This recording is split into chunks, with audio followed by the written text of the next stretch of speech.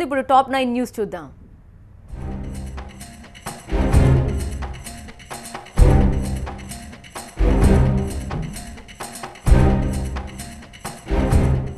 కైజాల పేరుతో connect AP CM యాప్ను CM Chandrababu ఆవిష్కరించారు. దేశంలో తొలిసారి ఇటువంటి యాప్ను ఏపీ ప్రభుత్వం ప్రారంభించిందని తెలిపారు. రాష్ట్రంలోని పౌరులెవరైనా తమ సమస్య నేరుగా యాప్ ద్వారా వివరించవచ్చని సీఎం తెలిపారు. సమస్య పంపించిన వారి గురించి తనకు తప్ప ఎవరికీ తెలియదన్నారు చంద్రబాబు.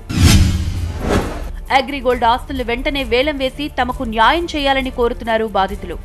అగ్రిగోల్డ్ నిందితులను అరెస్ట్ చేయాలని డిమాండ్ చేస్తున్నారు. శ్రీకాకుళం జిల్లాలో అగ్రిగోల్డ్ బాధితులు అవగాహన సదస్సు ఏర్పాటు చేశారు. ముఖ్యమంత్రి ఇచ్చిన హామీలు కూడా ఇప్పటి వరకు అమలు కాలేదని ఆందోళన చెందుతున్నారు.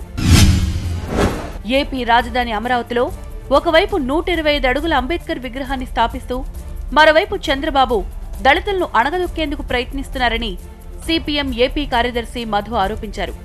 దళితుల భూముల అభివృద్ధి పేరుతో లాక్కుంటున్నారని ఆరోపించారు. మరోవైపు ప్రత్యేక హోదా కోసం పవన్ కళ్యాణ్ చేసే ట్వీట్లను స్వాగతిస్తున్నామన్నారు మధు.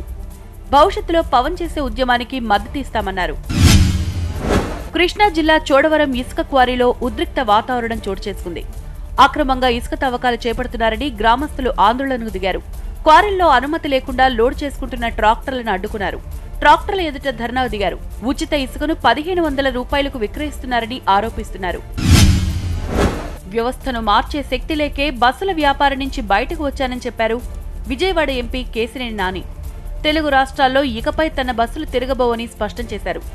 ఏనాడో తాను అక్రమంగా బస్సులు తిప్పలేదని, నిబంధనల ప్రకారమే తిప్పానని వివరించారు కేశినేని. రాజకీయాల్లోకొచ్చాక తాను కొవ్వొత్తులా కరిగానే గాని లాభపడింది లేదని చెప్పారు నాని. అనంతపురం జిల్లా హిందూపురం నియోజకవర్గం ఎమ్మెల్యే బాలకృష్ణ కనిపించడం లేదని స్థానిక వైసీపీ నేతలు, కార్యకర్తలు వన్ టౌన్ పోలీస్ స్టేషన్లో ఫిర్యాదు చేశారు.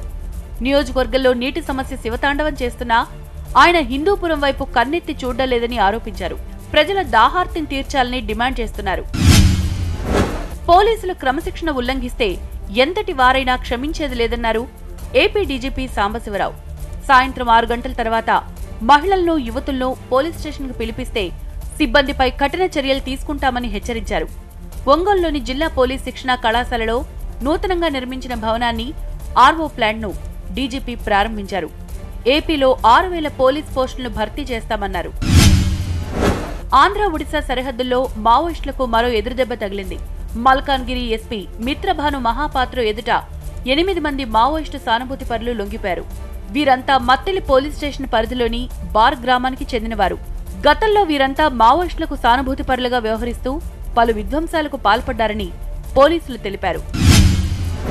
విజయనగరం జిల్లా బిగ్సీ మొబైల్ షోరూంలో భారీ చోరీ జరిగింది. షోరూం షట్టర్ పగలగొట్టి దొంగలు లోనికి చొరబడ్డారు. దాదాపు 20 లక్షల విలువైన సెల్ ఫోన్లను ఎత్తుకెళ్లారు.